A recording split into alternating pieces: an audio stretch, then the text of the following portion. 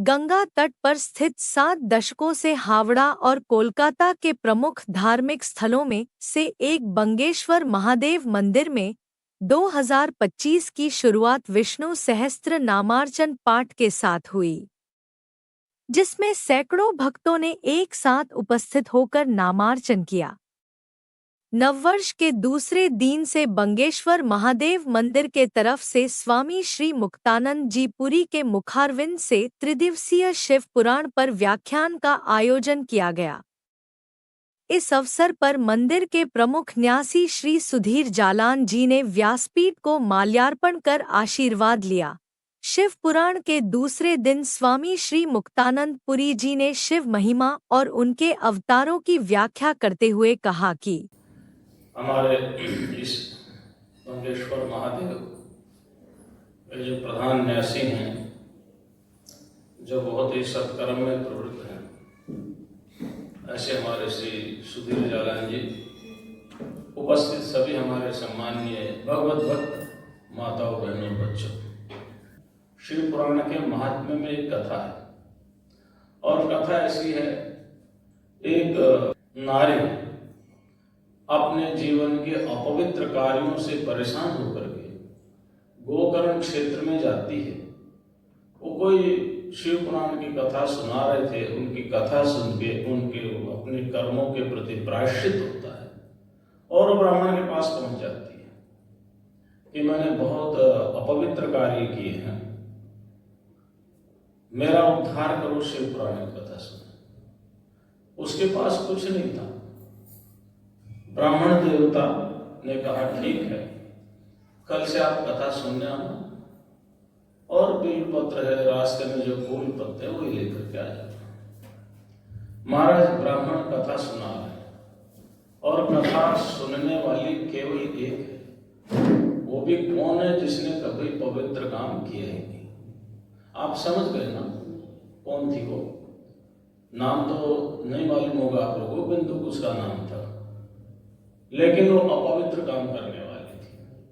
वो अपवित्र काम करने वाली एक ही श्रोता है, लेकिन उसने भाव से सुना, ब्राह्मण ने भाव से सुनाया और भगवान शंकर उस पर प्रसन्न हो गए।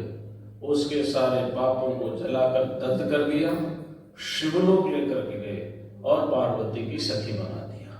हमारे जालन जी ने अभी एक सुंदर बात कही कि पहले हिरण्यकश्यपु वरावतार के रूप में उनका उद्धार किया, हिरण्यकश्यपु का, फिर हिरण्याक्ष का वरावतार के रूप में उद्धार किया भगवान ने, हिरण्यकश्यपु का नृसिंह अवतार के रूप में। तो कहते इतनी ही जल्दी 2 अवतार कैसे?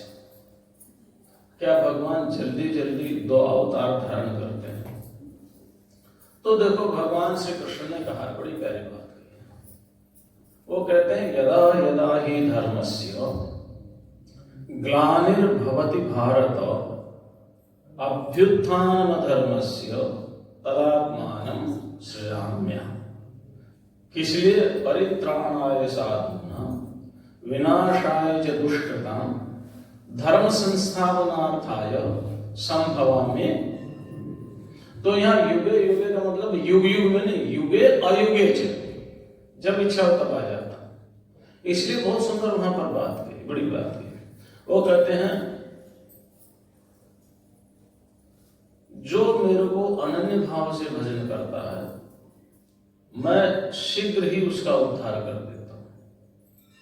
12 अध्याय में 12वें अध्याय में बड़ी सुंदर बात, मैं उसका पतन नहीं होने देता। किसका? भक्त का। भवामि चिरात् पार्थ मय्या वेशित चेत तेषाम् अहं समुद्धर्तः मृत्यु संसार सागरात्। है ना? भवामि अचिरात् पार्थ मय्या वेशित चेतस, जिनका चित्त मेरे में आवेश कर गया है, समझ गए? यानी चित्त भगवदाकार हो गया है, केवल उसके मन में अब मैं ही मैं हूं, मेरे अलावा कोई भी नहीं है। फिर तेषाम अहं समुद्धर्ता, मैं उनका कल्याण करता हूं। कहां से? मृत्यु संसार सागर, इस मृत्यु रूपी संसार। तो यहां भगवान केवल एक भक्त के लिए आते हैं, समूह के लिए नहीं आते। उसका उद्धार करने के लिए वो एक के लिए ही आते हैं, एक के लिए। इसलिए आप देखेंगे भगवान चाहे शिव हो चाहे विष्णु हो, उनके अनेक अवतारों में समूह के लिए, देवताओं की प्रार्थना से लिए कम अवतार हैं प्रार्थना के कारण, और भक्तों की रक्षा के कारण ज्यादा अवतार हैं, ज्यादा अवतार हैं। अब राजस्थान में एक कर्माबाई भी, उसके यहां भगवान प्रकट हुए मंदिर में। एक धन्ना जाट है, उसके हाली बन गए, हल चलाने वाले बन गए। कितने साल का अंतर रहा होगा? एक सहजोबाई के नाम सुना नहीं सुना? सहजोबाई बड़ी गुरुनिष्ठ थी, वो दादू दयाल की शिष्या थी। उनके लिए भगवान ऐसे कुछ ही सालों में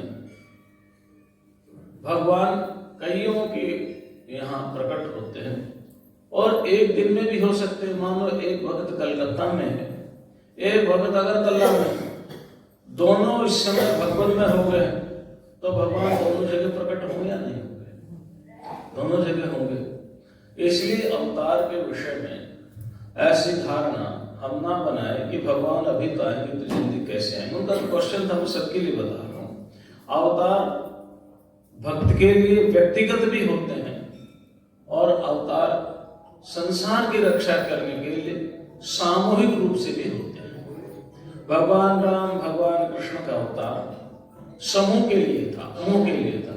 वही भगवान राम और वही भगवान कृष्ण अब जब उनके बाद उनको स्मरण किया तो व्यक्ति के रूप में आए। तो ये भगवान के अवतार का रहस्य है। साधु की रक्षा के लिए, दुष्टों के विनाश के लिए और धर्म की स्थापना के लिए वो समय समय पर अवतार लेते रहते हैं। संभवामि आत्मा माया, उन्होंने अपनी माया का आश्रय लेना है और जहां चाहे जब चाहे प्रकट हो जाना है, क्योंकि वो तो व्यापक है, कहीं आना नहीं कहीं जाना नहीं। तो भगवान व्यापक होने के लिए कहीं भी प्रकट हो जाते हैं। ऐसे ही भगवान शंकर है। भगवान शंकर, विष्णु ने भगवान शंकर की आराधना की 1000 कमल के द्वारा भगवान शंकर की विष्णु आराधना करते हैं। हरिष्टे सहस्रम कमल बलिमाधाय पदयो यदेको ने तस्मिन् निजहर।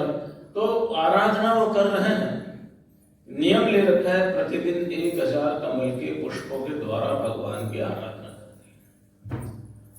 अब वो आराधना करे तो भगवान शंकर ने एक दिन उनकी परीक्षा ली, वहां से एक कमल गायब कर दिया, डिसअपीयर कर दिया।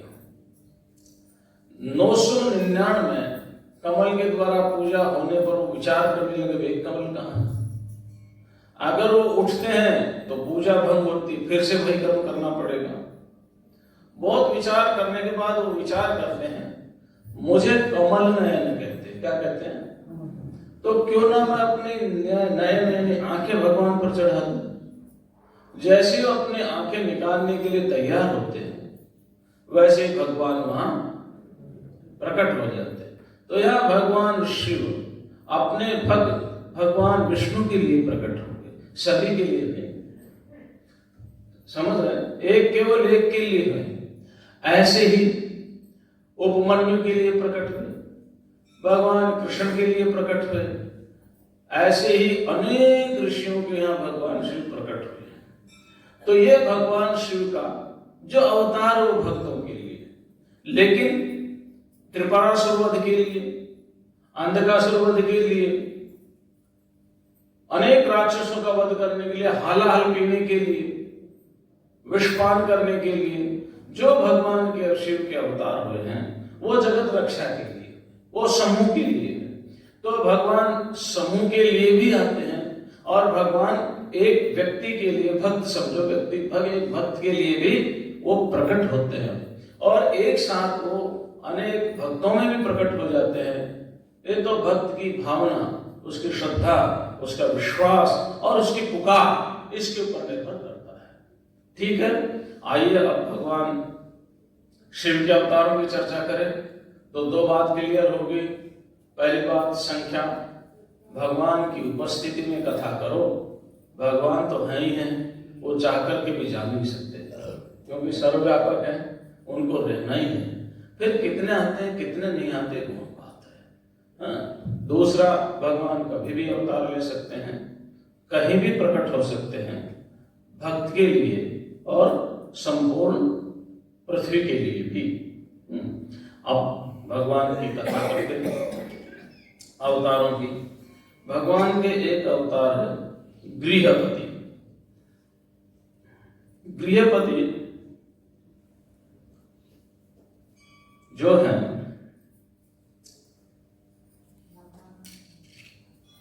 अग्नि का नाम भी गृहपति है। यही गृहपति अग्नि के रूप में प्रतिष्ठित है। एक ऋषि थे, विश्वानर उनका नाम था। नर्मदा के नरमपुर स्थान पर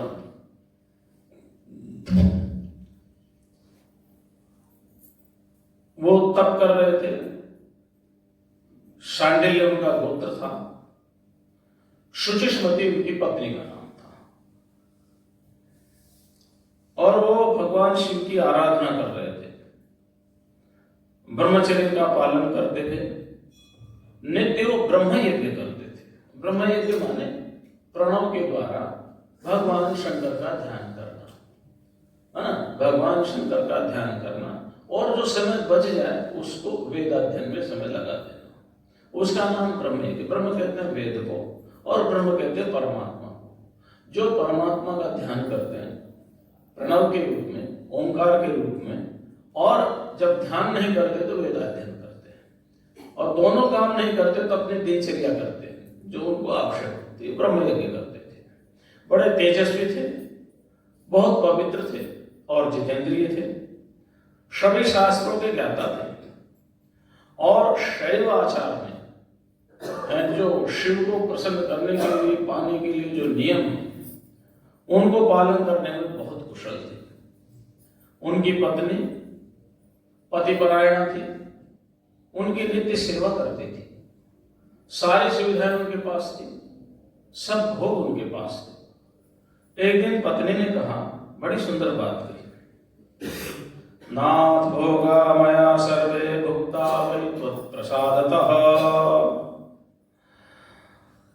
हे प्रभु, मैंने आपकी कृपा से अपने पति को बोलती सभी भोगों को भोगा है, लेकिन एक गृहस्थ आश्रम में जिस चीज की कमी रहती है वो रह गई है, जिस चीज की बहुत आवश्यकता है, जिसके लिए गृहस्थ आश्रम का पालन किया जाता है, उसकी कमी है। एवं में प्रार्थितम नाथ चिराग हृदि संस्थितम। और बहुत लंबे समय से मैं अपनी इस इच्छा को अपने दिल में लगाए बैठी हूं, अपने हृदय में धारण किए बैठी हूं। विश्वानर ने बोला, बोलो क्या चाहिए? मेरे लिए कुछ भी ऐसा नहीं है जो अदे, मैं सब कुछ देने में समर्थ हूं, बोलो क्या चाहिए? तो कहती है, इत्या करने वचः पत्युस्तस्य सा पति देवता वाच हृष्टवदना करो बद्धा विनीतिका वरयोग्यास्मि चेन्नाथ। हे नाथ, हे मेरे पतिदेव, यदि मैं वर प्राप्त करने के योग्य हूं तो, यानी कितनी सेवा की होगी, कितनी विनम्रता होगी, तो यदि देव वरो मम, और यदि आप वर देना चाह रहे हैं तो, मतलब अब भी अनकंडीशनल है। उन्होंने कहा, यदि आप वर दे रहे हैं तो महेश सदृशम पुत्रम देहि नान्यम वरम वृणे। मैं भगवान शिव जी के समान पुत्र चाहती हूं और दूसरा कोई वर मुझे नहीं चाहिए। महाराज स्तब्ध रह गए। विश्वानर कि शिव जी के समान पुत्र। फिर उन्होंने विचार किया, देखो महापुरुषों की लीला बड़ी विचित्र होती है। उन्होंने कहा, बहुत कुछ विचार करने के बाद, दुर्लभ था, मनोरथ पूरा करना असंभव था, फिर क्या विचार करते हैं? तेने वास्या मुखे स्थित्वा भाग्य रूपेण शंभुना व्यार्थम पुण्यथा कर्तुम उत्सहेत भवेदिदम। नहीं नहीं, भगवान शिव ने ही इनके मुख में वाणी के रूप में प्रकट हुए हैं। वो स्वयं चाह रहे हैं मैं यहाँ पुत्र रूप में आऊं, नहीं तो ये कहां मांगने वाली थी। तो अगर भगवान शिव की इच्छा नहीं होती तो इस तरह से वाक्य का प्रयोग नहीं करते। ऐसा दुर्लभ वर जो अदेय है, दे ही नहीं सकता कोई। शिव जी के समान पुत्र का मतलब शिव जी ही है, उनके समान दूसरों तक कोई है नहीं। इसलिए भगवान शंभु की ही इच्छा से ये हुआ है, उन्हीं की इच्छा है। ऐसा करता हूं, मैं भगवान शंभु की शरण ही ग्रहण करता हूं। महाराज यहां से जाकर के वो काशी में चले जाते हैं। काशी में अनेक स्थान हैं, भगवान शंकर के सभी जगह वो जाते हैं। मणिकर्णिका घाट जाते हैं और भी कई जगह जाते हैं, सब जगह पूजा करते हैं। और अंत में वीरेश्वर भगवान शंकर का एक रूप है वीरेश्वर। वीरेश्वर लिंग की वो पूजा प्रारंभ करते हैं। भगवान शंकर के दो रूप हैं, एक तो बाण यानी शरीर के रूप में, और एक लिंग। भगवान शंकर एक तो निराकार है और एक साकार है। उनका निराकार रूप लिंग है और उनका साकार रूप उनका विग्रह है। लिंग संस्कृत में कहते हैं लीनम अर्थम गमयति, सूक्ष्मत्वा, बहुत सूक्ष्म होने के कारण, और मार्ग जिसको हम कहते हैं चिन्ह, लक्षण होने के कारण कि भगवान शंकर का लक्षण क्या है? प्रकाश। प्रकाश का कोई आकार तो है नहीं, कोई प्रकार नहीं है। इसलिए आकार और प्रकार न होने के कारण भगवान शिव जब विष्णु और ब्रह्मा के विवाद में प्रकट हुए निराकार, तो वो ज्योतिष स्तंभ के रूप में प्रकट हुए। किस रूप प्रकट हुए? ज्योतिष स्तंभ यानी प्रकाश का पिलर ऑफ लाइट, खंभा। तो वो ज्योतिष स्तंभ के रूप में प्रकट हुए। अब ब्रह्मा और विष्णु विचार करने लगे कि ये कौन है, ये हमारे बीच में विवाद में कहां से आ गए। तो उनको परिक्रमा करने लगे। अंत का पता नहीं चला, मैं संक्षिप्त में बता रहा हूं। अंत का भी पता नहीं चला, परिक्रमा करने लग गए। तो वहां से फिर ध्वनि प्रकट हुई। क्या प्रकट हुआ? तो परमात्मा निराकार है एक बात, और परमात्मा प्रणव के द्वारा, प्रणव के द्वारा प्राप्त किए जा सकते। जो निराकार परमात्मा का कोई आकार नहीं है, उसको केवल मानसिक अभिव्यक्त करने के लिए, निराकार को शब्दों में बांधने के लिए बंध नहीं सकता, फिर भी समझाने के लिए बांधना पड़ता है। तो भगवान शंकर का ज्योतिर्लिंग जो है, लिंग माने पहचान, वो प्रकट हुआ था। इसलिए लिंग भगवान शंकर का निराकार रूप है और विग्रह भगवान शंकर का साकार है ना, पंचवक्त्रम त्रिनेत्रम। तो वो अब अनेक कथाएं स्कंद पुराण में भी है, लिंग पुराण एक पुराण है, उसमें भी भगवान शिव जी की बहुत कथाएं हैं। और उन पुराणों में सब में एक बात कही है कि विग्रह की उपासना शीघ्र फलदायी है या लिंग की उपासना शीघ्र फलदायी है। तो भगवान शंकर के विग्रह से ज्यादा लिंग की जो उपासना करता है उसको शीघ्र फल मिलता है और उसकी संपूर्ण मनोकामनाएं पूर्ण होती है, संपूर्ण मनोकामनाएं पूर्ण। इसीलिए ये विश्वानर काशी में जाकर वीरेश्वर लिंग की आराधना प्रारंभ कर दी, उनकी पूजा प्रारंभ कर दी, उनकी आराधना प्रारंभ, क्योंकि उनके समान पुत्र चाहिए था और उनके समान तो वही दूसरा कोई है नहीं। तो उन्होंने भगवान शिव जी की आराधना और पूजा शुरू की। उसके बाद 1 मास पर्यंत दिन में एक ही बार भोजन करते थे। 1 मास पर्यंत उन्होंने रात्रि में एक बार भोजन किया। 1 मास पर्यंत उन्होंने अयाचित, यानी मिल गया तो खा लिया, नहीं मिला तो नहीं खाया, ऐसा तप किया। 1 मास तक निराहार रह करके तप किया। 1 महीने तक केवल दूध पी करके तप किया। 1 महीने तक शाक, ये जैसे पालक है, बथुआ है, मेथी है, चौलाई है, साटी है, क्या क्या होता है ना, ये समझ गए ना, शाक खा करके तप किया। 1 महीने तक 1 मुट्ठी तिल खा करके तप किया। 1 महीने तक केवल पानी पी करके तप किया। इस तरह से 12 महीने तक हो गए। 13वें महीने में जब तप करने लगे तो जैसे ही वो भगवान वीरेश्वर लिंग की आराधना कर रहे थे, उन वीरेश्वर लिंग में से एक दिव्य बालक प्रकट हो गया।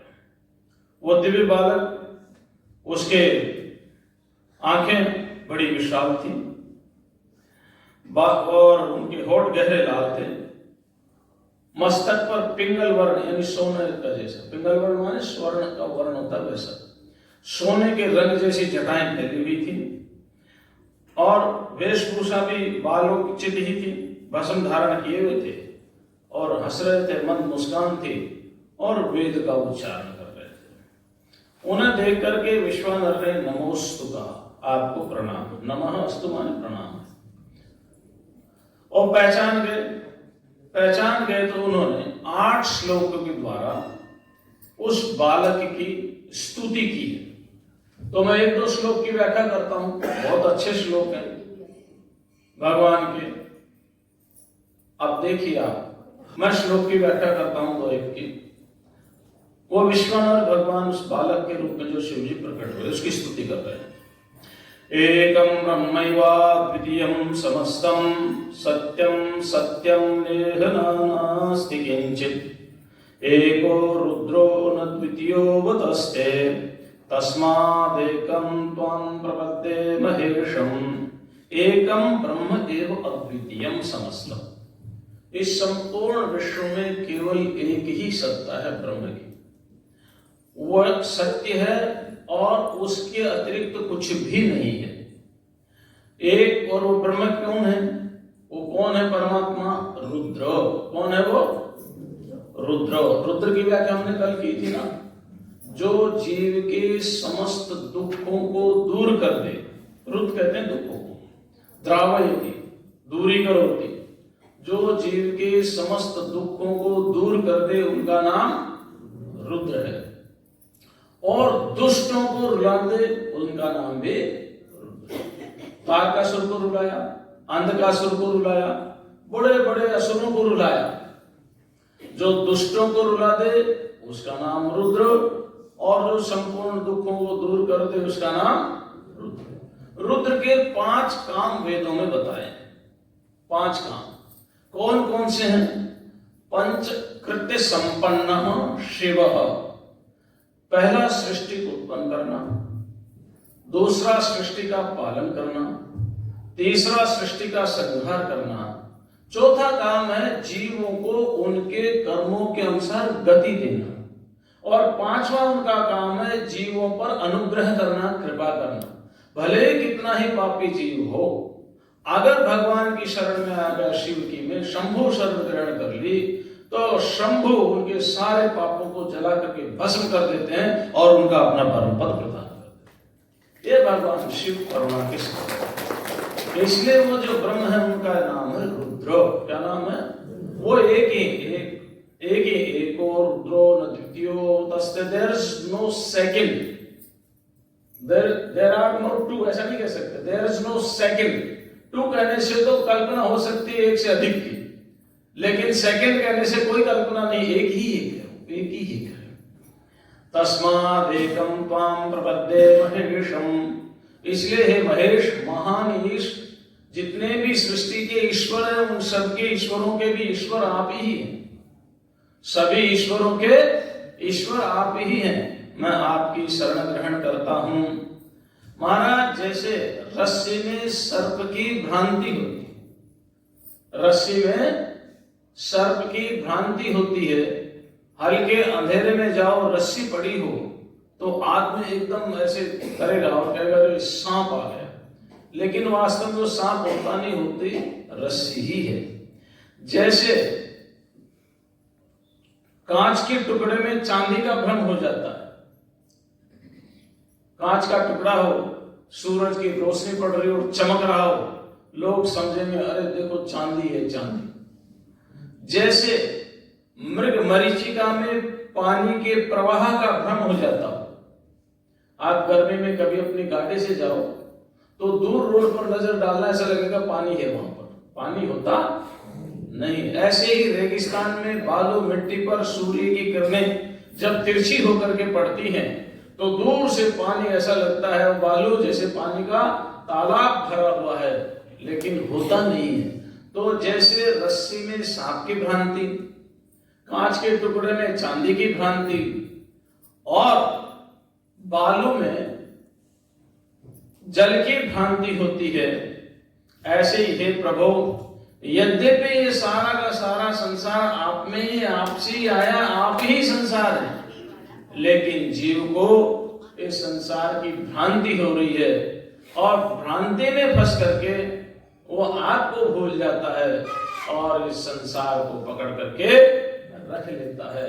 हे प्रभु, मैं आपकी शरण ग्रहण करता हूं, आप मुझे इस भ्रांति से दूर करें। ऐसे 8 श्लोकों में व्याख्या की, क्योंकि हमें और भी अवतार कथा करनी है।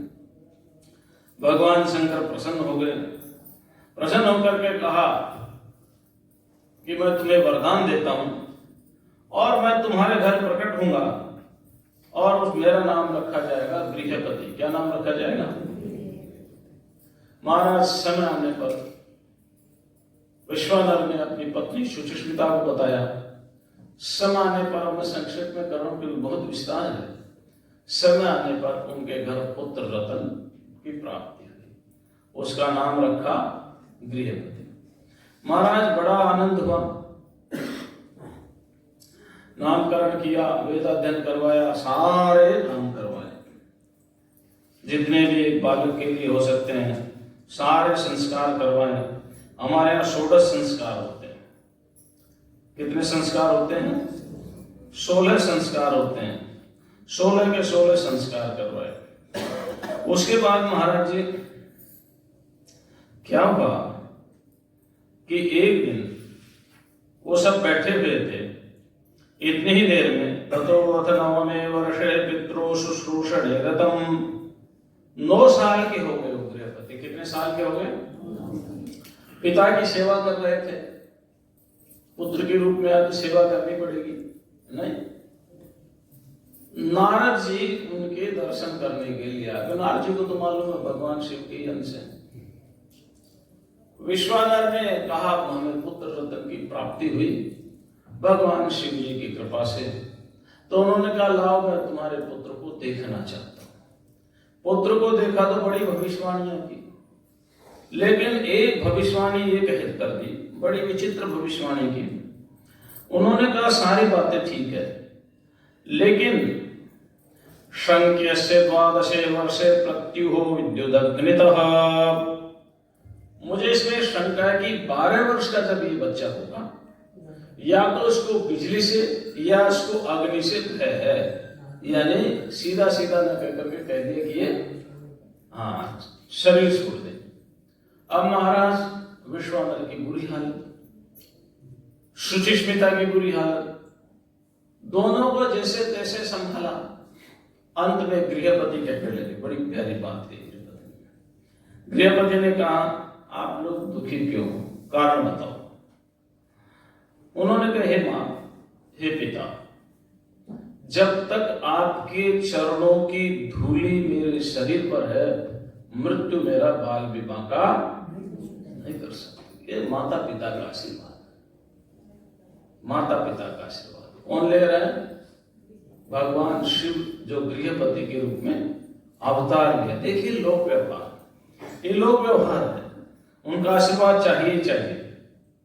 सुनो, मैं भगवान शिव का आश्रय लेता हूं। शिव का आश्रय लेने से तच्च तद्वचः शरणं शंभोर्नातः परतरं हि तत्, इससे श्रेष्ठ और कोई नहीं है भगवान शिव की शरण समस्त पापों को हरण करने वाली है। लिखा है यहाँ पर, मनोरथ पथातिकारिणः पापहारिणः, संपूर्ण मनोरथ को पूर्ण करने वाली है और संपूर्ण पापों को हरण करने वाली है। क्या आपने नहीं सुना, जब पूर्व काल में श्वेत केतु का कालापास में बांध लिए गए थे, तब श्वेत केतु की भगवान शिव ने ही रक्षा की थी। अब चूंकि हम भागवत कथा ज्यादा सुनते हैं, शिव पुराण की कथा कम सुनते हैं, इसलिए हमें एक प्रकरण नहीं मालूम। शिव पुराण की कथा करने वाले बहुत कम हैं। जो प्रसिद्ध है वो तो तंत्र मंत्र बताते, टोना टोटका बताते, वो शिव पुराण की कथा नहीं। जो बहुत प्रसिद्ध है वो शिव पुराण की कथा नहीं करते, तो टोना टोटका बताते हैं। शिव पुराण की कथा करने वाले तो बहुत कम लोग हैं जो वास्तव में शिव पुराण की कथा करते। शिव पुराण में टोना टोटका नहीं है। अभी हम आपको शतरुद्र संहिता पूरी पढ़ा जाएंगे, कहीं आया टोना टोटका? लेकिन शिव पुराण बहुत गहरा है, बहुत गहरा है। ज्ञान, विज्ञान, भक्ति और वैराग्य का समुद्र है, समुद्र है। तो इसलिए ये कहां कलापास में बांधा, कहां कौन से श्वेत केतु है, कैसे बांधा गया, ये आपको इसकी जानकारी नहीं है, पर सुन लो। शिलाद पुत्र नंदीश्वर, उसकी कथा हम सुनाए कल। केवल 8 वर्ष के थे, क्या भगवान शंकर ने उनकी रक्षा नहीं की? उनकी भी रक्षा की। महाराज क्षीर सागर में प्रलयाग्नि के समान हालाहल विश्व उत्पन्न हुआ, कोई उसको ग्रहण करने में समर्थ नहीं हुआ। ब्रह्मा, विष्णु, इंद्र, कुबेर सारे वहां पर उपस्थित थे, सारे के सारे देवता, लेकिन कोई समर्थ नहीं हुआ। क्या भगवान शंकर ने उस हालाहल विश्व को शांत नहीं किया? महाराज जालंधर नामक दैत्य को उन्होंने मार के भगा दिया। त्रिपुर का कोई वध नहीं कर सकता था, भगवान शंकर ने त्रिपुर का वध करके सबकी रक्षा की। ऐसे भगवान शंकर की शरण ग्रहण करने पर किसको मृत्यु का भय? वो तो मृत्यु के भी मृत्यु है। क्या नाम उनका? मृत्युंजय महादेव। क्या नाम है?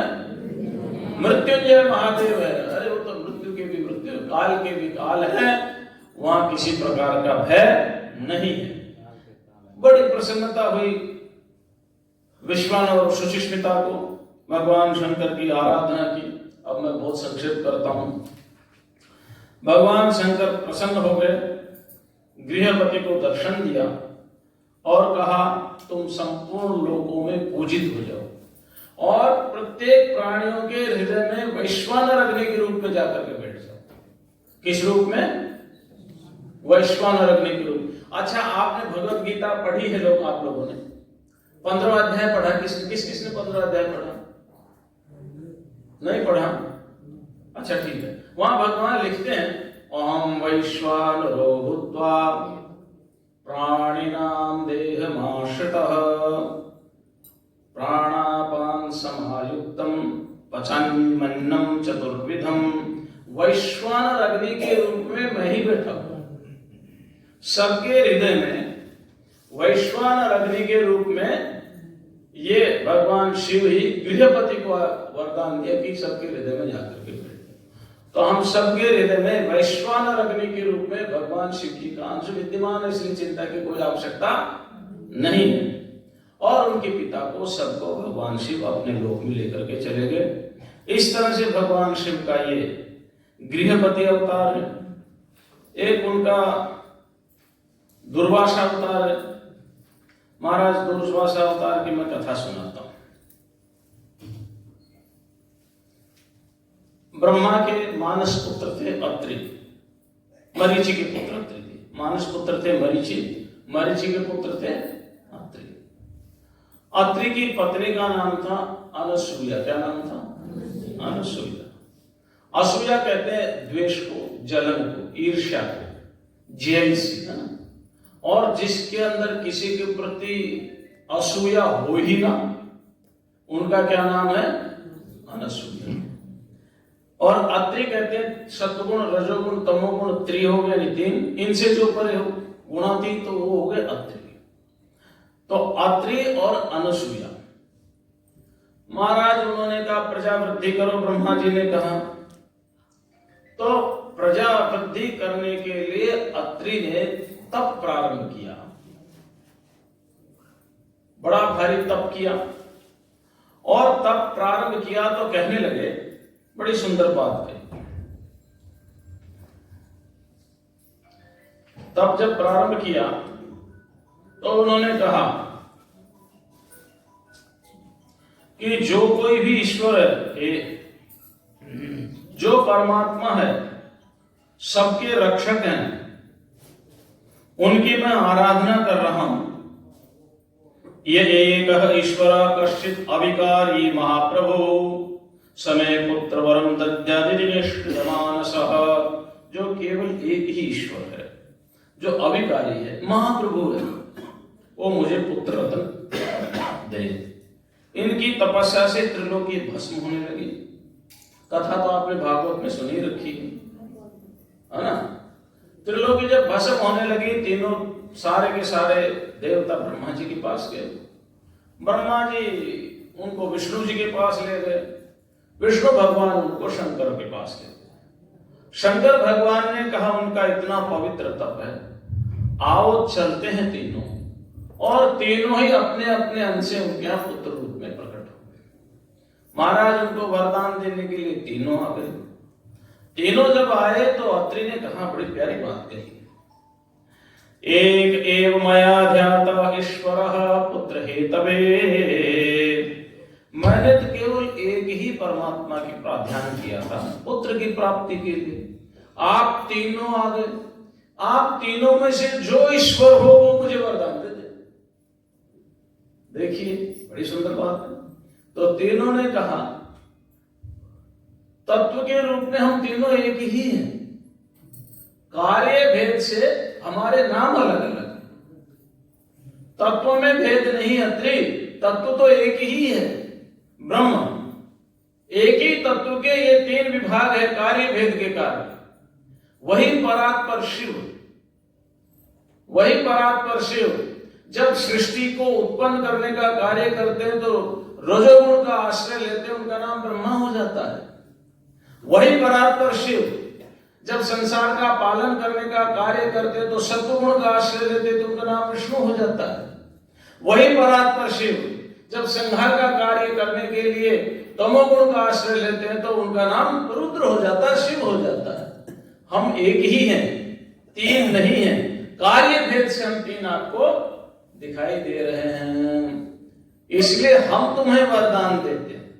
देखो भागवत में भी ऐसी कोई कथा नहीं है कि वो तीन बच्चे बन गए, बोला हमें दूध पिलाओ, वो बच्चे बन गए। ऐसा भागवत में भी नहीं है, यहाँ भी नहीं।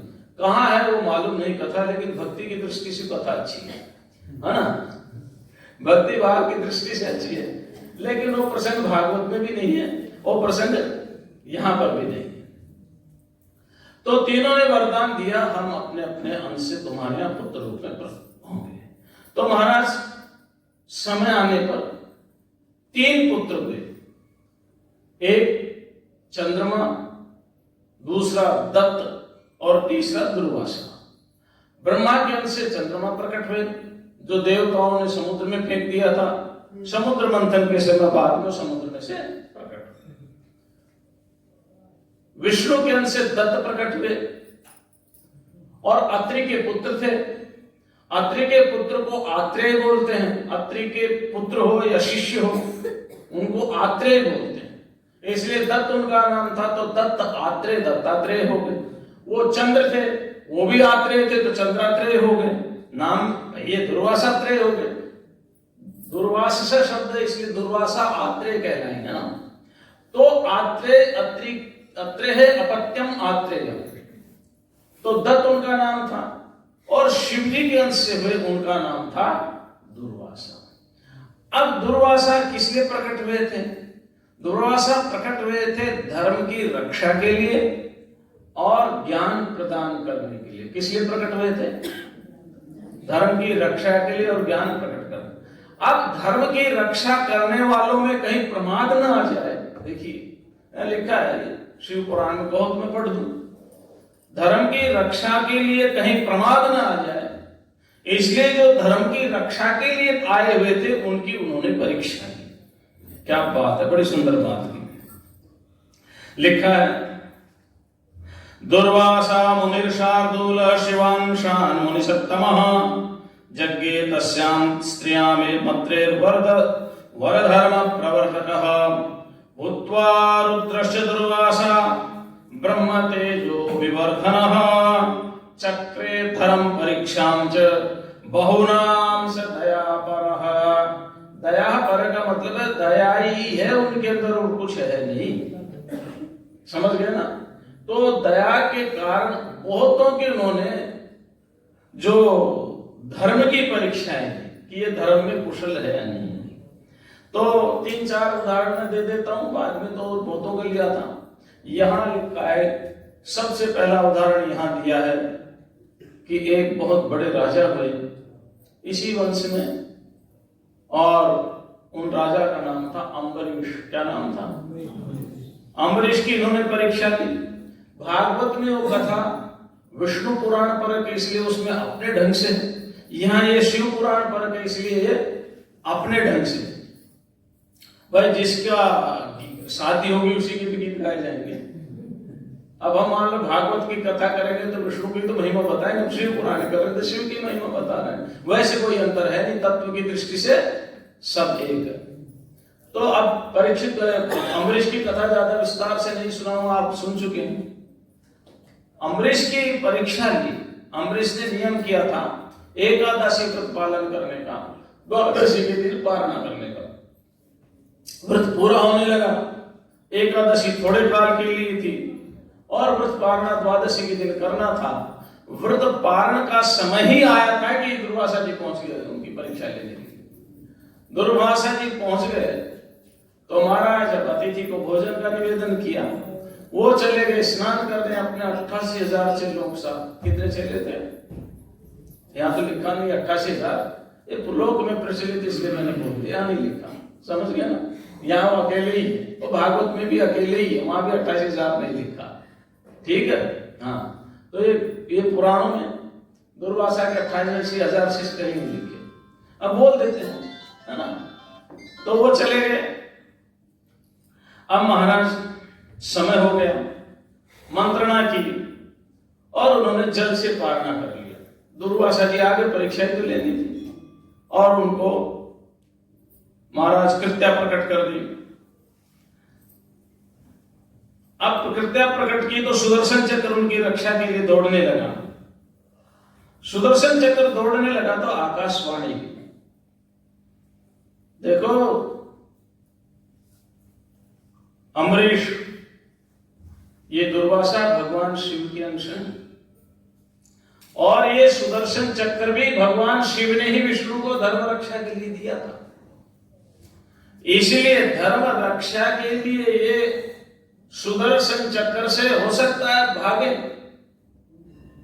क्योंकि वरदान की रक्षा करना सभी का धर्म है। जैसे राम जी भी तो पास में बंधे थे, किस लिए? वचन की रक्षा करने के लिए। लेकिन सुदर्शन चक्र इनका कुछ नहीं बिगाड़ सकता, क्योंकि शिव जी के द्वारा ही दिया हुआ। कहीं ऐसा ना हो इस सुदर्शन चक्र से तुम्हारा ही कुछ नाश हो जाए, इसलिए इसको ले लो वापिस। आकाशवाणी ने कहा तो महाराज अम्बरीश कहने लगे, यद्यस्ति दत्तमिष्टम च। अब भागवत में तो दुर्वासा जा रहे हैं और वो सुदर्शन चक्र उनके पीछे जा रहा है, यहां ऐसा नहीं, दुर्वासा वहीं खड़े हैं। आकाशवाणी हो गई है। तो फिर अम्बरीश कहते हैं, हे यदि मैंने दान दिया है, इष्टापूर्त किया, इष्ट कहते हैं यज्ञ इत्यादि को, और आपूर्त कहते हैं विद्यालय बनवाना, कुआं बनवाना, तालाब बनवाना, समझ गए। इसको आपूर्त कहते हैं। इष्ट और आपूर्त यानी मैंने अगर पंच महायज्ञ किए हो और मैंने समाज की सेवा के लिए कहीं विद्यालय बनवाया हो, कहीं कुआं बनवाया हो, कहीं तालाब बनवाया हो, वो अगर मैंने किया हो, अपने धर्म की भली भांति मैंने अनुष्ठान किया हो, हमारा कुल ब्राह्मण की सेवा में रहता है, तो ये विष्णु का अस्त्र शांत हो जाए। मेरे द्वारा सेवित भक्त वत्सल भगवान मुझ पर प्रसन्न है, तो ये सुदर्शन चक्र शांत हो जाए। कहते हैं सुदर्शन चक्र शांत हो गया। उसके बाद दुर्वासा ऋषि ने अम्बरीश को बहुत वरदान दिए। कहने लगे मैं तुम्हारी परीक्षा के लिए आया था, परीक्षा मेरी पूर्ण हो गई, अब मैं जा रहा हूं। इन्हीं दुर्वासा ऋषि ने महाराज राम की भी परीक्षा ली। बड़ी गजब की बात है। जब सबका काल आता है, किसका नहीं आता?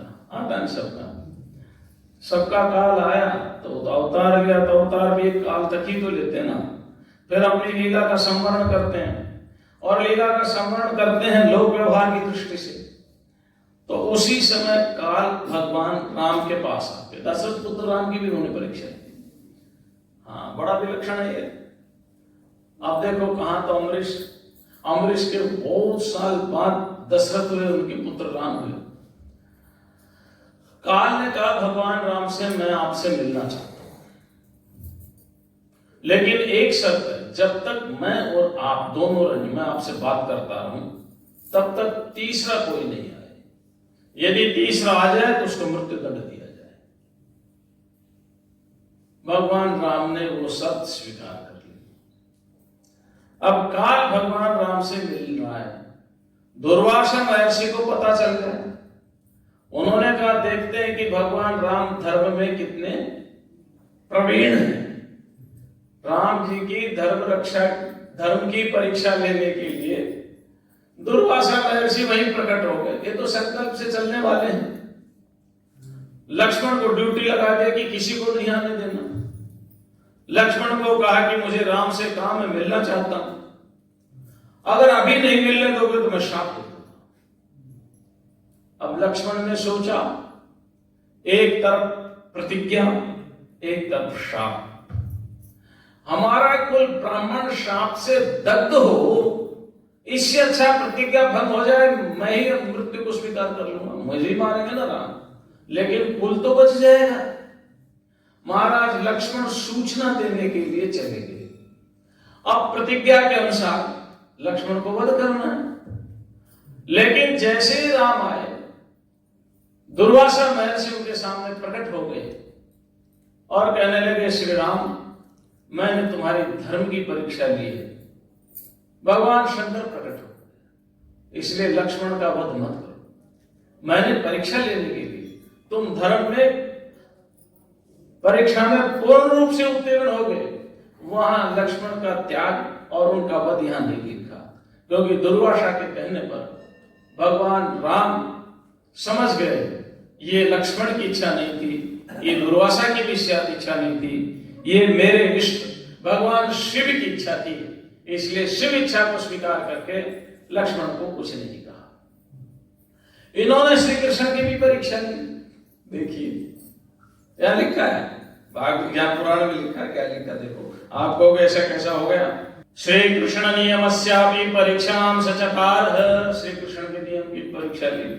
श्री कृष्ण का नियम क्या था? अगर आप भागवत का 10वें स्कंद पढ़ोगे तो वहां एक अध्याय है 10वें स्कंद में, श्री कृष्ण की दिनचर्या। क्या अध्याय है 10वें स्कंद में भागवत के श्री कृष्ण की दिनचर्या? और जो अध्याय है वो महाभारत से लिया गया है। महाभारत में जैसा वर्णन श्री कृष्ण का है उस अध्याय में वैसा ही, केवल उस अध्याय में भगवान श्री कृष्ण सबसे पहले सुबह उठते हैं, अपना नित्य कर्म करने के बाद पवित्र प्रणव के द्वारा भगवान का ध्यान करते हैं। भगवान का ध्यान करने के बाद सबसे पहले अपने माता पिता को प्रणाम करते हैं, सभी को, बड़े से बुजुर्गों को प्रणाम करते हैं, सबसे मिलते हैं। इतनी सारी प्रक्रिया करने के बाद वो अपने स्थान पर बैठ करके दान करने के लिए बैठते, दान करने, उसके बाद धर्म सभा में जाते हैं। उस समय जो उनसे जो मांगने आ जाए वो देते। भगवान कृष्ण प्रतिदिन दान करते थे, प्रतिदिन। हमने कर्ण के बारे में ही सुना है, लेकिन उस समय केवल कर्ण ही नहीं करते थे, युधिष्ठिर भी प्रतिदिन दान करते थे, श्री कृष्ण भी प्रतिदिन दान करते थे। जितने भी श्रेष्ठ राजा हुए ये प्रतिदिन दान करते थे। अरे जरासंध भी करता था, प्रतिदिन दान करता ही था ना। तो महाराज दान करते थे प्रतिदिन। इस दान की परीक्षा लेने के लिए कि ये कितने ब्राह्मण भक्त हैं, इनकी परीक्षा लेने के लिए पहुंच गए वहां पर। कहां? द्वारिका में। कहां पहुंचे? भगवान श्री कृष्ण ब्राह्मण भक्त हैं, उन्होंने इनको भोजन पर निमंत्रित कर दिया।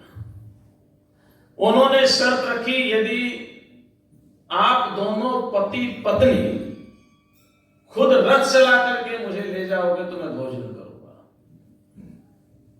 अब वो रथ ले आए, एक तरफ श्री कृष्ण और एक तरफ पत्नी कौन है श्री कृष्ण की?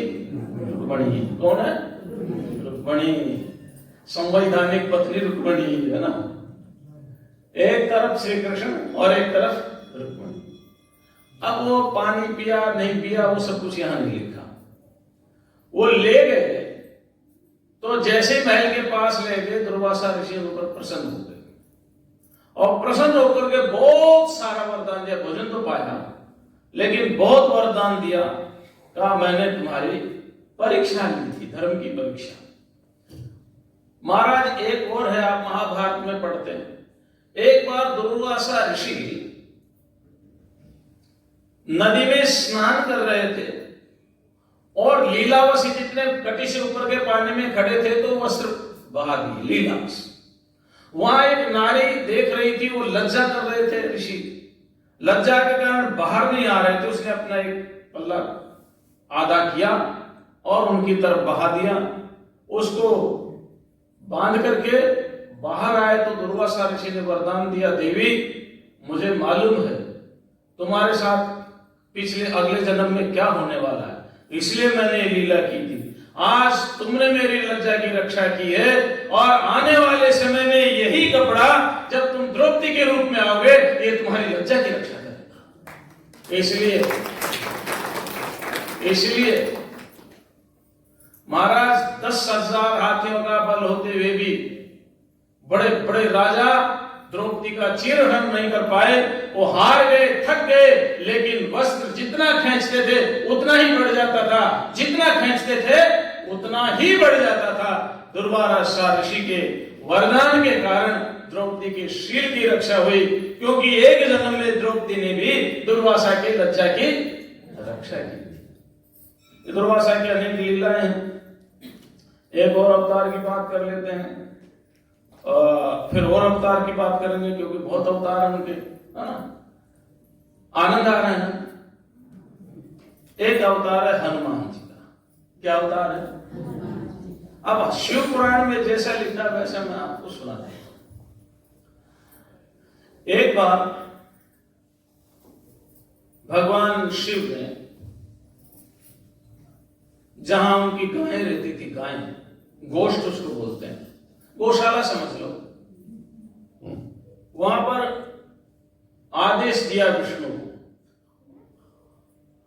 जैसे ही पता चला विष्णु भगवान को कि भगवान शंकर ने मुझे याद किया है, तुरंत वहां पर आ गए। ब्रह्मा जी को याद किया, वो भी पहुंच गए।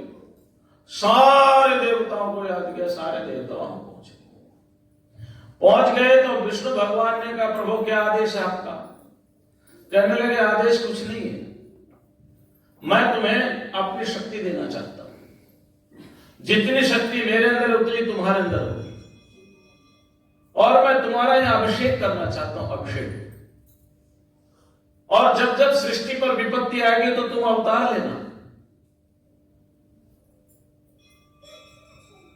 उन्होंने कहा प्रभु अवतार तो लूंगा लेकिन मैं आपसे दूर नहीं जाना चाहता। तो भगवान शिव ने कहा जब तुम अवतार लोगे तो तुम्हारे दर्शन करने के लिए मैं आऊंगा। उस समय अवतार के समय तुम मेरे पूजनीय होगे, मैं तुम्हारी पूजा करूंगा। विष्णु भगवान ने कहा यह संभव नहीं है, आप तो मेरे इष्ट हैं, मेरे भगवान हैं, मेरे आराध्य हैं, मैं आपकी पूजा कैसे करवाऊंगा? भगवान शिव ने कहा ऐसा कुछ नहीं है, लोक लीला ऐसे ही चलेगी, लोक लीला चलेगी ऐसे ही। संसार को सिखाना है, संसार को शिक्षा देनी है। फिर उन्होंने कहा महाराज कई बार ऐसा होगा, विष्णु भगवान ने कहा कोई राक्षस इतना बलवान होगा कि मुझे उसको वध करने के लिए बड़ा कष्ट उठाना पड़ेगा, आपकी कृपा के बिना तो संभव नहीं होगा। तो भगवान शिव ने कहा फिर मैं तुम्हारा सेवक बन करके आऊंगा। देखिए इसे कहते हैं प्रेम, है ना, इसे कहते हैं प्रेम। माँ कहती है कि अपने बेटे को, बेटा मैं तेरे पैर पकड़ती हूँ तो रोटी खा ले। इसका मतलब वो धर्म का व्यतिकार नहीं हो रहा, वो माँ का प्रेम प्रकट हो रहा है। समझ रहे ना। अब भगवान विष्णु ने भी कितने ही अवतार, कितनों के ही काम करने के लिए प्रकट हुए। हमारे शिव जी का एक अवतार हुआ मिथिला में, उदना। उनकी कथा तो बाद में सुनाएंगे, कृष्ण उदना की कथा। पर अवतार हुआ, उन्होंने अपने भक्त की सेवा ही की, पालक के रूप में पहुंच गए। मैं करूंगा सेवा। महाराज बीमारी में उनकी सारी सेवा की। बड़े प्रसिद्ध कवि हुए वो मिथिला के, विद्यापति। विद्यापति बहुत बड़े कवि हुए। एक बार जल मांग लिया, जल मिला नहीं तो वहीं से गंगा जी प्रकट करके भगवान शिव ने पिलाया। तो विद्यापति ने तो गंगा है का उदना, उदना नाम रखा हुआ था उसका। उदना बताओ कहां से लाया। अब उदना क्या करे, थोड़ा सा रहस्य बता दिया। रहस्य बताया तो वो विद्यापति ने अपनी पत्नी को बताया, इनको कुछ नहीं करे, भगवान शंकर है। अब तक तो पत्नी बर्तन साफ करवाती थी, झाड़ू लगवाती थी, पानी, देखो भगवान की लीला, सब कुछ काम वो करते थे। अब शिव का पता चला तो सेवा बंद कर दी, तो शिव जी का क्या प्रयोजन, वो गायब हो गए। अब विद्यापति रोते हैं, उदना कहाँ गए, मेरा उदना, मेरा उदना, मेरा उदना। महाराज भक्त की सेवा के लिए भी भगवान आते हैं। उन्होंने कहा मैं सेवक रहूंगा और अवतार काल में तुम मेरे स्वामी। उसी ही वचन के आधार पर भगवान शिव हनुमान जी के रूप में प्रकट होते हैं। अच्छा, कुछ तो लीलाएं हनुमान जी की बेकार की बना रखी लोगों ने। वो जो है ना, बोले अयोध्या में जब राम जी छोटे थे तो हनुमान जी खेलने आते थे, करने आते थे, ये करने आते थे, वो करने आते थे। कुछ भक्त फालतू की कथाएं अपने आप जोड़ लेते हैं ना। उनको रामायण के अनुसार, कौन सी रामायण, वाल्मीकि रामायण, रामायण के अनुसार राम जी का हनुमान जी का सबसे पहले मिलन ऋषिमुख पर्वत पर ही होता है। ठीक है ना। अब आप देखिए, मैं लंबी कथा नहीं करूंगा, हनुमान जी को आप जानते ही हैं। हनुमान जी ने क्या क्या काम किए राम जी के। महाराज जिस समय सीता के वियोग में ऋषिमुख पर्वत के पास पहुंचे, उनकी बाल लीलाएं भी यहां बताइए। बाल समय रवि भक्षियो तब तीनों लोग भयो अंधियारो ताय सोत्रास भयो जग में कपि संकट मोचन। हाँ, ये सब लीलाएं वहां पर गई। इसमें वो लीला को नहीं सुनाते। लेकिन जब राम और लक्ष्मण वहां पहुंचे तो सुग्रीव अपने भाई से भयभीत होकर के ऋषिमुख पर्वत पर। अब लंबी कथा थी, सुग्रीव और बाली का भी विवाद हुआ था, झगड़ा हुआ था। बाली ने सुग्रीव ने बाली की पत्नी को रख लिया था। बाद में वो आ गए तो बाली ने सुग्रीव की पत्नी को रख लिया।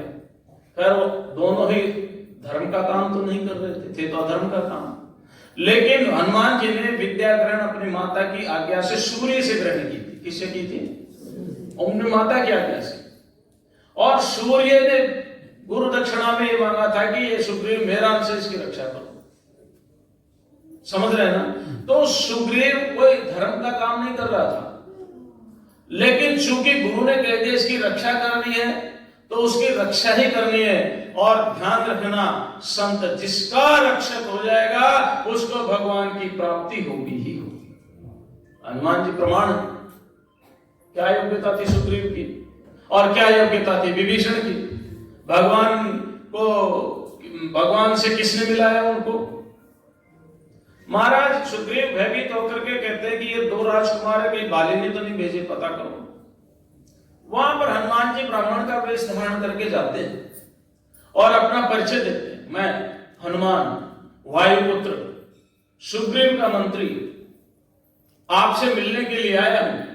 आप तपस्वी का वेश धारण कर रखा है, लेकिन धनुष बाण आपके साथ है। आपकी वेशभूषा से और ये आपके कंधे क्षत्रियों के, हाथ क्षत्रियों के हैं, और ये धनुष बाण क्षत्रियों के मेल नहीं खाता। आप कौन है? महाराज राम जी ने कोई बात नहीं की, लक्ष्मण जी ने बात की उनसे और उन्होंने कहा हम दशरथ पुत्र हैं, ये मेरे बड़े भाई हैं। और उन्होंने पूरी कहानी सुनाई, किस लिए हम यहाँ आए, यहां तक उन्होंने सुनाया। तो हनुमान जी ने कहा फिर हम दो मित्रता करवा दे दोनों की, मैं अपने राजा से पूछ के आता हूं। तो हनुमान जी चले गए। हनुमान जी के जाने के बाद राम जी ने लक्ष्मण को सावधान किया, लक्ष्मण सावधान, जिससे बात कर रहे हो साधारण नहीं है।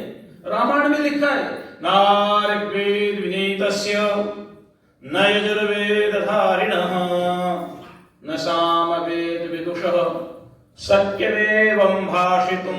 जिसने ऋग्वेद का अध्ययन न किया हो, जिसने यजुर्वेद को धारण न किया हो, जो सामवेद में पारंग न हो, जो अथर्ववेद के रहस्य को नहीं जानता हो, वो व्यक्ति इस तरह की भाषा का प्रयोग नहीं कर सकता। नोनमि कृष्णं व्याकरणम अधीतमनेन बहुधा व्याहरतानेन न किंचित अपशब्दितम। उसमें लिखा रामायण में, इसने बहुत निश्चित रूप से संपूर्ण व्याकरण शास्त्र का अध्ययन किया है। बहुत देर वार्तालाप होने पर भी एक भी शब्द व्यर्थ का प्रयोग नहीं किया। इसलिए लक्ष्मण सावधान, अगली बार आए तो बहुत सोच विचार करके इनसे बात करना है। ये साधारण पुरुष नहीं है, ये असाधारण है, कोई महान आत्मा है, ध्यान से। और ये असत्य नहीं बोलेंगे, पराक्रमी है, इसलिए इनकी एक एक बात को ध्यान से सुन करके फिर उत्तर देना है। महाराज हनुमान जी दोबारा आए, उनको अपने कंधे पर बैठा करके सुग्रीव के पास ले गए। सुग्रीव ने ही हनुमान जी ने ही प्रस्ताव रखा। सुग्रीव की सारी कहानी हनुमान जी ने ही बताई, तो जो नहीं बताने वाली थी उसको नहीं बताया, नहीं तो मित्रता नहीं होती। महाराज दोनों की मित्रता करवाई, बाली का वध करवाया, सीता माता की खोज करवाई और सीता माता की को पहचान दिया। बड़े बड़े वहां राक्षसों को मारा, उनका वन उजाड़ दिया, लंका जला दी, सीता माता से पहचान लेकर के वापस आ गए।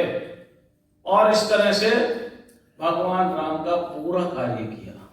अगर हनुमान जी ने वो गाना गाते ना, मेरे तो याद नहीं रहता, राम जी चले ना हनुमान के बिना, दुनिया चले ना राम जी के बिना, राम जी चले ना हनुमान जी के बिना।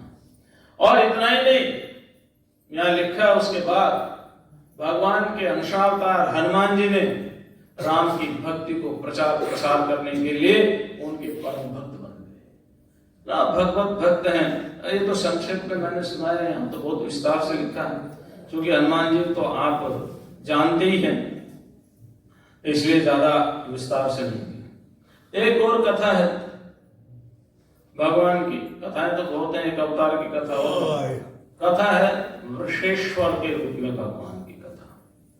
और ये कथा समुद्र मंथन से जुड़ी हुई है। वृषेश्वर का वृष के रूप में जो भगवान प्रकट, आपको मालूम है देवासुर संग्राम हुआ है ना। कल हम आपको दधीचि ऋषि की कथा सुनाएंगे, आज उनका संक्षेप में ही बात करेंगे। समुद्र मंथन हुआ, देवासुर संग्राम हुआ। महाराज देवासुर संग्राम में देवता जीत गए, असुर हार गए। उसके बाद फिर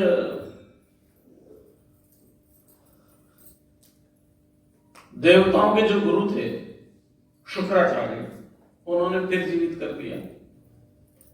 फिर देवता हार गए, फिर देवता हार गए तो बृहस्पति का इंद्र ने अपमान कर दिया। अब गुरु के बिना जीते कैसे, तो देवता पराजित हो गए। अब वो सारे ब्रह्मा जी के, बहुत संक्षेप कर रहा हूं मैं ना, 2 मिनट में सुनाना ना। ब्रह्मा जी के पास गए, विष्णु भगवान के पास गए। विष्णु भगवान ने कहा भाई ऐसा नहीं हो सकता, इस समय बलि के ऊपर भृगुवंशीय ब्राह्मणों की कृपा है,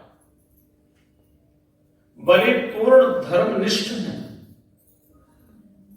बलि भगवत भक्त हैं, भला केवल तुम्हारे लिए मैं अधर्म का पालन कैसे करूं भाई, मैं कैसे बलि को हटाऊं? कोई कारण ही नहीं, भले वो दानव है, दैत्य है, लेकिन दैत्य का कोई काम तो नहीं कर रहे ना, कोई कारण ही नहीं कि मैं बलि को परास्त करूं, ऐसा तो नहीं हो सकता। तुम अपने गुरु की सेवा करो, अब गुरु तो बृहस्पति ने अपमान कर दिया, चले गए। अब गुरु कौन हो? तो उन्होंने कहा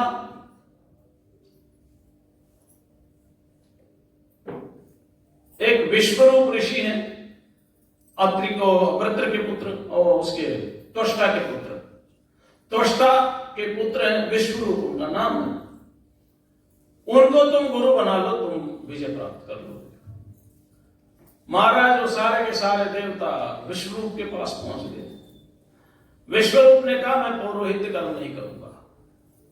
इंद्र आदि ने बहुत प्रार्थना की तो उन्होंने कहा देखो मैं नाना के पक्ष से असुर हूं, दानव दैत्य, पिता के पक्ष से मैं देवता हूं।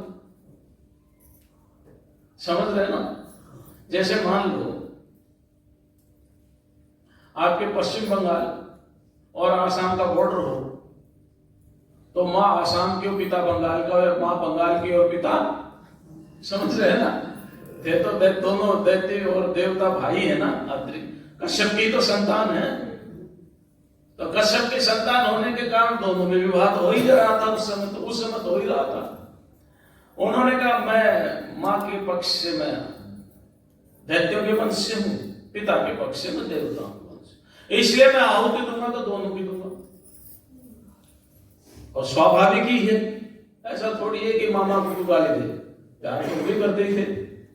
फिर स्वीकार कर लिया इंद्र ने, तो स्वीकार कर लिया तो उन्होंने नारायण कवच का उपदेश दिया। किसका उपदेश दिया?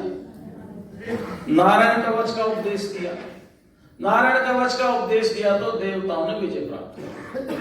एक बार वो आहुति दे रहे थे तो उन्होंने दैत्य पक्ष की तरफ भी दे दिया, इंद्र को सहन नहीं। महाराज उन्होंने विश्वरूप का सिर काट दिया। बहुत संक्षेप में सुना रहा हूं। अब जो त्वष्टा थे वो इंद्र से बदला लेने के लिए बहुत भारी यज्ञ किया। उस यज्ञ में विशाल काय दैत्य प्रकट हुआ। उसका क्या नाम था? वृत्र। क्या नाम था? वृत्र। अब वृत्र प्रकट होते ही देवताओं के साथ युद्ध करने लगा। बड़ा भयंकर युद्ध हुआ। वो मरने ही ना, देवताओं का राज्य छीन लिया। अब फिर सब गए ब्रह्मा जी के पास, विष्णु जी के पास। उन्होंने कहा भाई देखो ये वृत्र वैसे मरने वाला नहीं, अगर ये दधीची ऋषि की हड्डियां तुम्हें देते और उसका वज्र बनाया जाए तो ये मर सकता है। क्यों? उन्होंने लिखा कि दधीची ऋषि ने भगवान शिव की आराधना करते समय अपनी हड्डी को वज्र के रूप में माना है, इसलिए उनकी हड्डियां वज्र है। महाराज ये सारे के सारे दधीची ऋषि के पास आ गए, हड्डियां मांगी, खैर हड्डियां दे दी। सुवर्चा उनकी पत्नी का नाम था। और हड्डियों से कई अस्त्र बनाए। सुवर्चा को काम से अंदर भेज दिया था। बाहर निकल के देखा पति थे नहीं, उनकी हालत, शरीर पड़ा हुआ था, देवता जा चुके थे। उन्होंने देवताओं को शाप दे दिया कि जाओ तुम पशु हो जाओ। क्या कहा? पशु हो जाओ, भिखारी हो जाओ, पशु हो जाओ। और महाराज विलाप करने लगी। फिर आगे की कथा फिर बताएंगे। तो जो समुद्र मंथन हुआ था उस अमृत से कुछ नारियां प्रकट हुई थी। जब विष्णु भगवान ने मोहिनी का अवतार करके अमृत को देवताओं को पिला दिया तो बहुत भारी युद्ध हुआ। तो विष्णु भगवान भी युद्ध करने के लिए कुछ असुर पाताल में चले गए थे, उनके साथ पाताल में चले गए। जब पाताल में चले गए वही नारियां दिखाई दी उनको, दिव्य नारियां थी, अमृत से प्रकट हुई थी। विष्णु भगवान वहां उनके साथ रहने लगे, बहुत संतान पैदा की। ये सारे की सारी संतान असुर का काम करने लगी, राक्षस का काम, और तीनों लोग जलने लगे। तो फिर भगवान सभी देवता मिलकर के शिव जी के पास गए। शिव जी ने कहा ठीक है। तो उन्होंने वृष का यानी बैल का, वृषभ का रूप धारण किया और विष्णु के सारे पुत्रों को मार दिया। महाराज विष्णु के साथ भी महायुद्ध हुआ। जब भयंकर युद्ध में विष्णु घायल हो गए तो पहचान गए ये शिव है। तो धर्म की रक्षा के लिए भगवान शिव ने वृषभ का अवतार भी धारण किया और इस तरह से उन्होंने धर्म की रक्षा की। अब ये जो कथा जो हम बीच में ट्विस्ट कर गए वो कल के लिए कर गए जान करके। कौन सी कथा? दधीची ऋषि। दधीची ऋषि क्या भी भगवान शिव ने अवतार लिया, अंशावतार, और उनकी तपस्या कितनी महान थी, कितनी बड़ी थी। यह भगवान शिव की जो कथा है, देखो कथा में ऐसे ऐसे करना, ये सदाचार है, समझ गए ना? इंग्लिश में उसको कहते हैं एटिकेट। क्या बोलते हैं? हाँ, सदाचार नहीं है। जब करना हो तो अपने घर बैठ करके करो, ऐसे ऐसे करो, ऐसे ऐसे करो, ऐसे ऐसे करो, वैसे भी करो, डांस करो, कुछ भी करो, लेकिन जहां सभा हो, जहां अपने से बड़े लोग बैठे हों, मैं एक के माध्यम से सबको उपदेश दे रहा हूं, कोई बुरा ना महसूस करे, जहां सभा हो, जहां अपने से बड़े बैठे हो, वहां पर दांत किटकिटाना, नाक मुंह को ऐसे करना, ऐसे करना, है ना, और ये सब कुछ वहां शोभा नहीं देता। ये हमारा सदाचार के अंतर्गत नहीं आता। आप इसको सदाचार बहुत कठिन शब्द लगे तो शिष्टाचार कहें, बात एक ही है। ये हमारा शिष्टाचार के अंतर्गत नहीं आता, इसलिए आप कथा में बैठो तो शिष्टाचार पूर्वक बैठो। कथा केवल भगवान की ही महिमा नहीं सुनाती, जीने की कला भी सिखाती है। जीने की कला भी आनी चाहिए, आर्ट टू लिव, समझ रहे ना? एक है लिविंग ऑफ स्टैंडर्ड, है ना, और एक क्या है कि हम जिए कैसे, लिविंग ऑफ लाइफ। एक है लिविंग ऑफ लाइफ, एक है लिविंग ऑफ स्टैंडर्ड। हमारा लिविंग ऑफ स्टैंडर्ड हो या ना हो, whether it may be or it may not be, लेकिन living of life, how to live our lives with etiquette, वो हमें आना चाहिए, वो हमें आना चाहिए। धन संपत्ति वैभव ये हमारे काम आती भी नहीं भी आती। आपने अखबार में पढ़ा होगा, टीवी पर सुना होगा, जेके टायर वाले 15,000 करोड़ रुपए बेटे को देकर के भी कोर्ट में घसीट दिया। क्या काम आया 15,000 करोड़? बेटे ने रोटी नहीं दी, घर से बाहर निकाल दिया, क्या काम आया? इसलिए धन का अभिमान मत करो। लिविंग ऑफ स्टैंडर्ड हो या ना हो, लिविंग ऑफ लाइफ होना चाहिए, लिविंग ऑफ लाइफ होना चाहिए। पैदल चलना मंजूर है, लेकिन शिष्टाचार का त्यागना मंजूर नहीं। सूखी रोटी खाना मंजूर है, लेकिन माता पिता का अपमान करके जीना मंजूर नहीं है। सभा में शांति से बैठो, आराम से बैठो, प्यार से बैठो, सभा की मर्यादाओं का ध्यान करो। ध्यान रखना, वो जो सभा से आपसे बड़े लोग हैं उनके हृदय से आशीष निकलेगा, सद्भावना निकलेगी, और सद्भावना और आशीष तुम्हारा उद्धार कर देगा। इसलिए एक तो माध्यम बनाया ना शिक्षा सबके लिए। तो आज के इस वाणी को यही विराम देते हैं और कल फिर मिलेंगे। इन्हीं शब्दों के साथ मैं भगवान शंभू के चरणों में प्रणाम करके वाणी को विराम देता हूँ। ओम शांति शांति।